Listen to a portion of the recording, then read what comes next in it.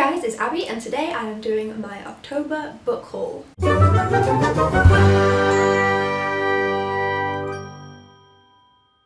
So these are all of the books that I purchased this month.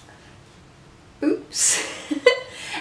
So yeah, considering I'm supposed to not be buying books, let's just get into them, shall we? I'll do them in the sets of how I bought them. So the first two are these. The first one is Death in the Clouds by Agatha Christie. This was in my October wrap-up because I've read it already. I gave it 4 stars.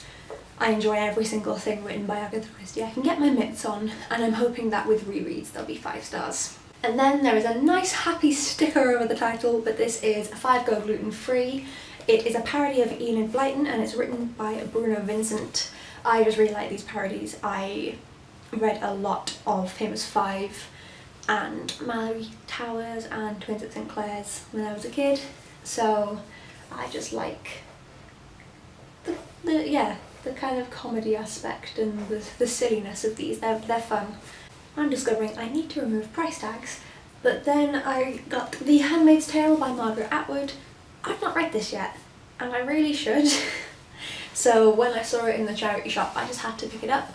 It was only £1.50, as you can see from the nice big tag, and it was gift aided, which if you're not British or if you're unaware means that if you are a taxpayer, when you donate things to charities they can make it gift aided, and then the government will give will match the money or something, or will give like 10% of the money. Basically it means if you pay tax the government donates some money to charity in relation to the money that is spent by the person purchasing it. So free money for a charity.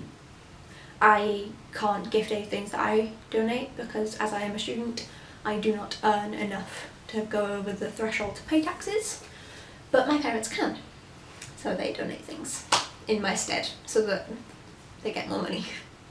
But moving on from the UK gift aid scheme, if you haven't heard of The Handmaid's Tale, I'm surprised. This is the TV tie-in cover, but I just want to read it and I really want to watch the TV show. It's very much a look at society, and it's not the newest book, but it's also a very good look at it.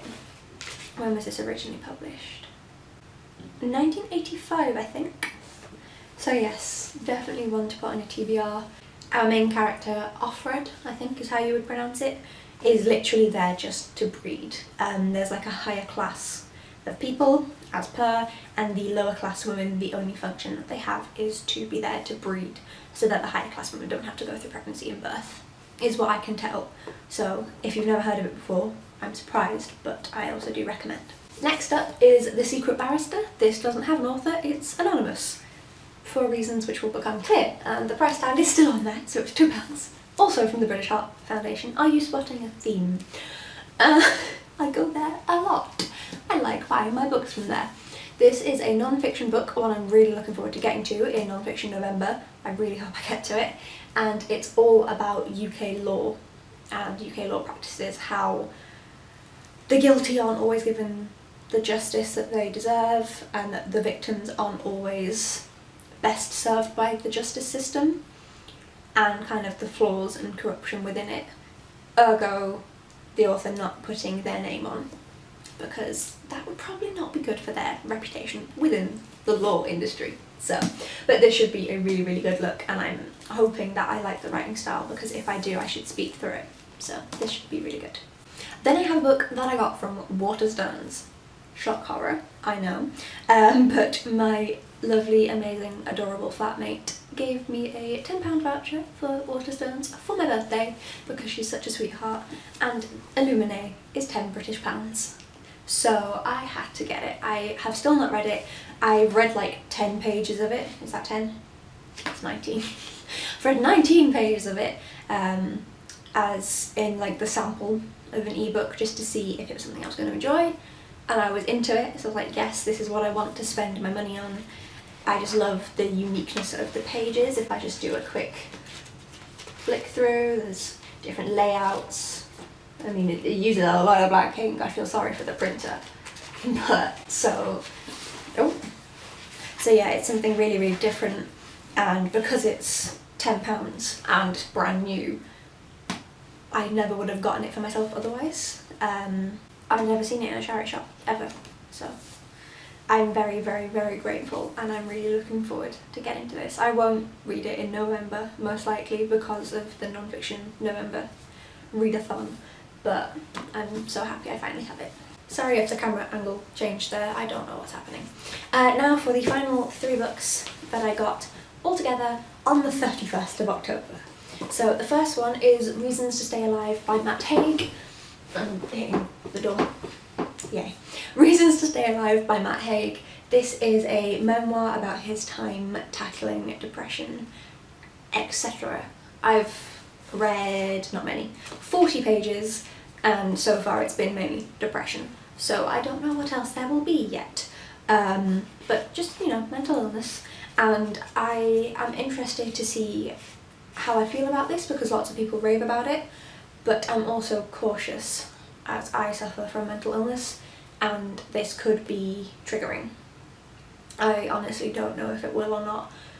If it does, because it's such a short book, it's like, let me see, it's like 250 pages and it's shorter than average, and some of the bits don't have a lot on, like, so I'm hoping that I can still get myself through it, because even if it does trigger me, that doesn't mean it's not a good book. So this will be a difficult one, and that's why I've stopped where I am so far for now, but I hopefully will enjoy this. Then next up are 2 books that I've never actually heard of until I spotted them in the shop. So the first one is Scars Across Humanity by Elaine Storkey, and it says that understanding and overcoming violence against women. So this is all about non-consensual marriage, prostitution, rape, honour killings all across the world. It's got quite small text, especially compared to Reasons to Stay Alive, and it's going to be quite a deep subject, so I don't know if I will get to it during non-fiction November, especially because I have such a large TBR, but I do think it's something that is incredibly interesting, and I'm hoping I enjoy this woman's take on the matter. And my very last book, moving my hair, and my very last book for this month's haul is on a much lighter note than that last one, or the one before it, and that is What If by Randall Munroe. He's the creator of execited, which I'll be honest, I've never heard of, but essentially it does what this says. They are scientific answers, serious scientific answers to, trying to read it upside down, to absurd hypothetical questions. So let me find the very first question. The very first question is, what would happen if the Earth and all terrestrial objects suddenly stopped spinning but the atmosphere retained its velocity? Then there's, what would happen if you tried to hit a baseball pitched at 90% of the speed of light? What if I took a swim in a typical spent nuclear fuel pool? Would I need to dive to actually experience a fatal amount of radiation? How long could I stay safely at the surface? So, like the cover says, some really weird questions, and this should be so interesting. It's a little bit shorter than the average hardback, and it is approximately 300 pages, so I do think that I should hopefully get through this relatively quickly, because it seems to be written in a more informal manner, because it was written as a web page, which is what XKCD is. Again, sorry that I don't know what that is. It's xkcd.com, and his fans ask him really weird questions like, how fast can you hit a speed bump driving and live? What would happen if someone's DNA vanished? How many humans would a T-Rex rampaging through New York need to eat in a day? I think that's the explanation for the cover. But yeah, so this is just going to be like a weird fun little thing, and as an extra bonus, it's all pretty.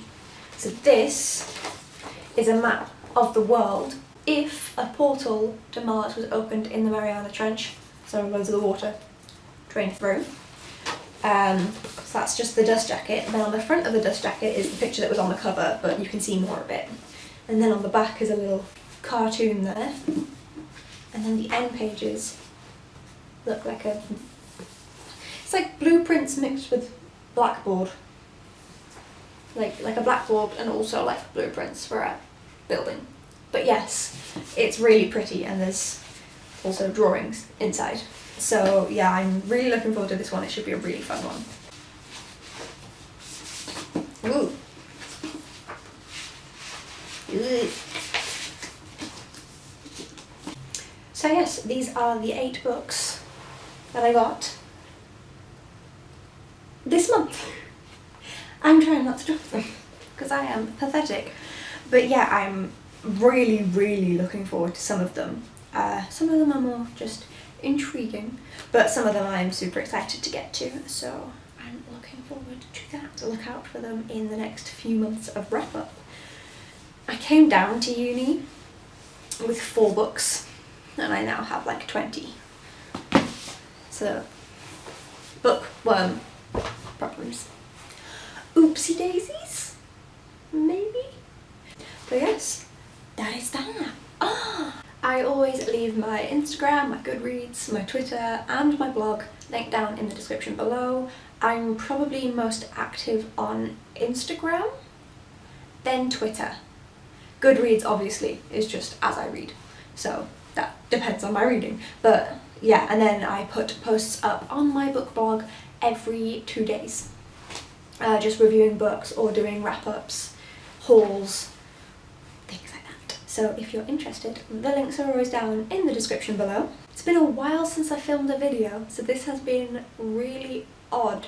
It's also the first time I've filmed when my flatmate knows I'm filming, so it's, again, very odd. Because normally she's unaware or out, but this time I was like, oh, I'm gonna go film, and it feels really odd. So if you're watching for some reason, hi Becca, do some art. But yeah, thank you so much for watching, guys. I'm gonna go and get ready to go swimming. I don't know why that excites me so much, but it does. So yes, I'm gonna go get myself into a swimming cozy and I will speak to you guys in a couple days. Bye! It's swimming time!